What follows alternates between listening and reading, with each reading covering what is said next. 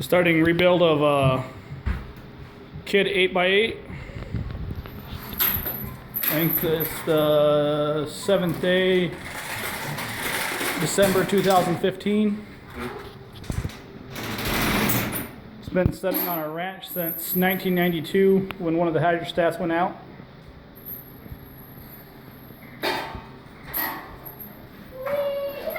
Has a little rust over on that side. It's the only place that really has rust that's wore through.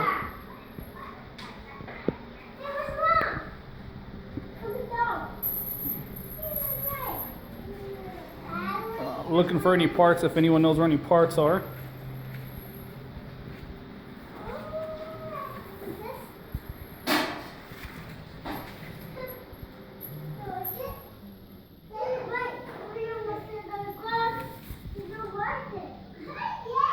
I just removed the spark plugs, put some oil down in the head.